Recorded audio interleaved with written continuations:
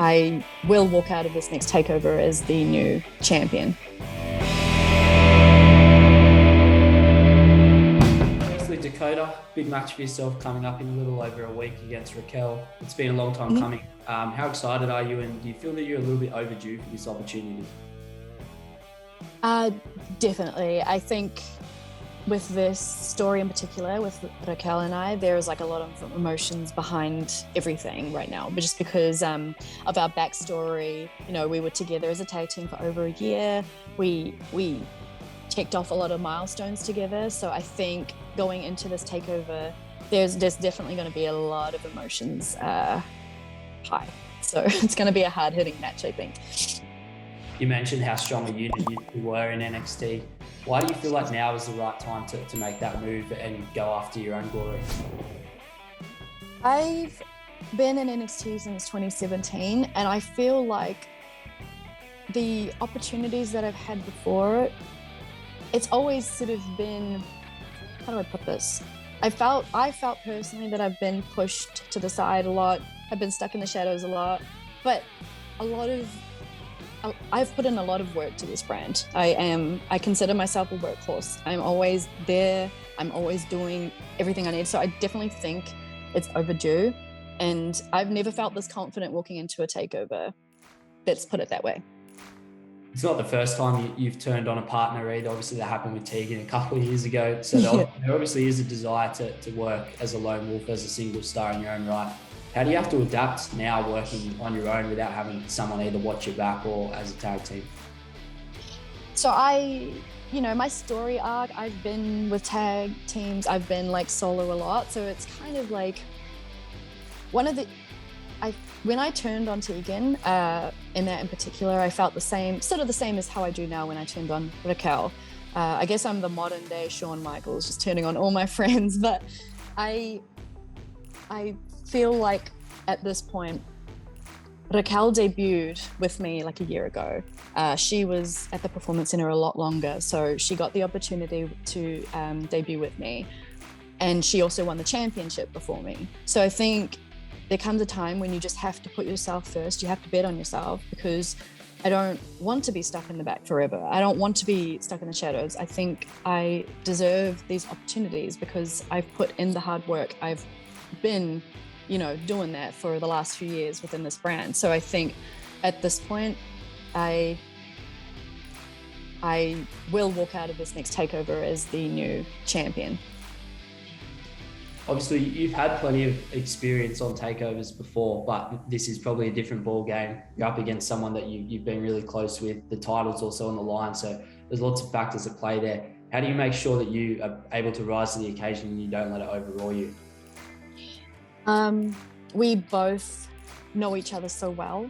I think that's going to be one of the biggest challenges, because as much as I can say, like, I know Raquel, I know what she's capable of, she can say the same thing about me. So, and on top of that, the emotions will be super high. So I think it's just going to be a matter of like keeping my head straight, knowing what the end goal is, which is I want to be champion, I will be champion.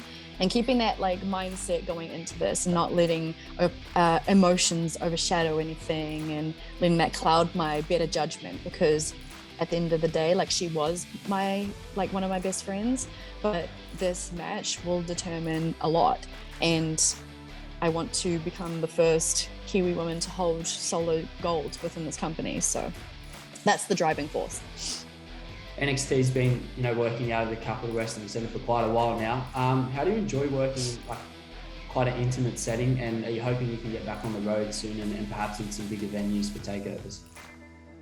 The intimate setting is something that NXT has provided for a long time. Even before the CWC, when we were at Full Sail, the crowd was also very close-knit, and I think having them back really refueled us and gave us that extra energy, because there was a time when we weren't performing in front of anyone. It was just silence. We were just doing matches in front of no one. And I think a lot of us took crowds and fans for granted. And so when we got them back, it was like a mutual thank you. They were proud and happy to be back watching shows. We were just more than stoked to get them back cheering us on or booing us on or whatever it is. I can't wait for takeovers to eventually be back in front of the thousands that they were before COVID, because there's nothing that compares to a takeover crowd, especially when it's in Chicago or Brooklyn. Like, those crowds are the heart and soul of NXT takeovers. So I hope that day is not too far away, because gosh, that energy is just insane. Like, it's one of those things where you have to be there, even if you're in the crowd. Like, it's just crazy. And a lot of those moments were made by the crowd, you know? So hopefully not too far away. But I think that the fans that we have every week, they do their best to make sure that they're giving us energy that we're giving them. I'd imagine the last week or so has probably been quite tough for a lot of people in NXT with a lot of your co-workers being released. How are you handling all of that personally, and what's the morale been like in the locker room? I think it's very important at a time like this to make sure that you do have a close-knit group of people, because at the end of the day, like, those people are going to be the ones that get you through anything.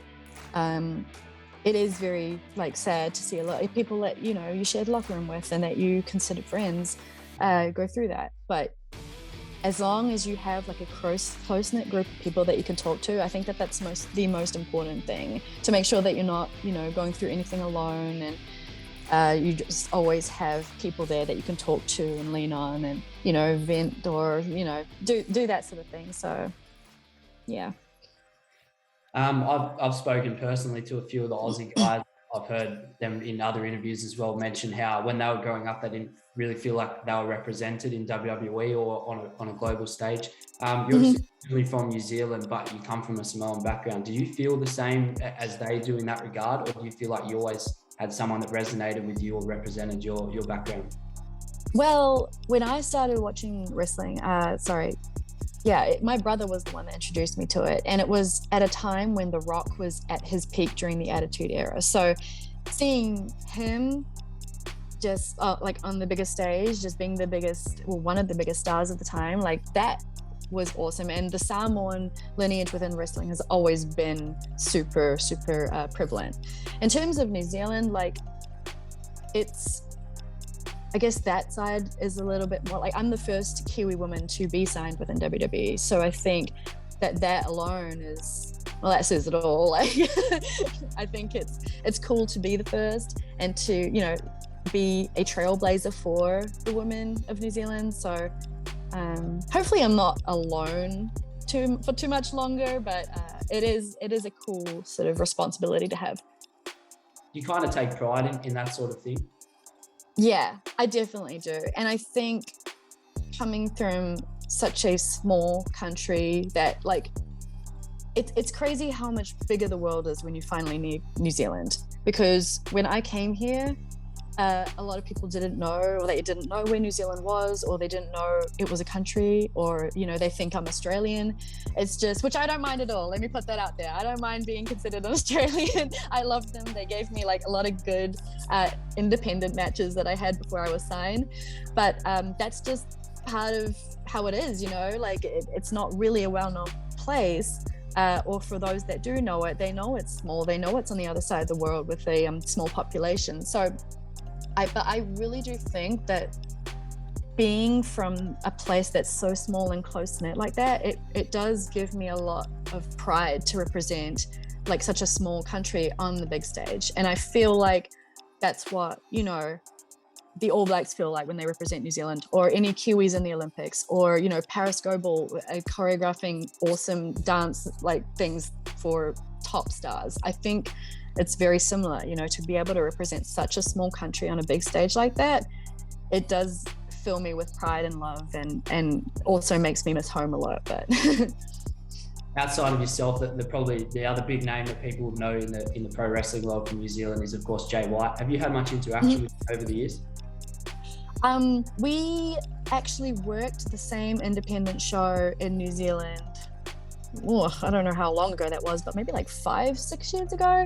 And we talked, and we kind of gave each other advice on things, because he was already doing New Japan stuff, I think, as a young boy at the time, and I was traveling to Japan and America for independent promotions there. So I think we we both kind of fed off each other and kind of, you know, got advice from, you know, in terms of traveling internationally with pro wrestling. But I still keep tabs on what he's doing. He's doing awesome. And yeah, it's cool to see another Kiwi killing it on like another big stage. Just a last couple of questions from me. If you had any advice from a young pro wrestler starting out in New Zealand or Australia, what would you tell them? I think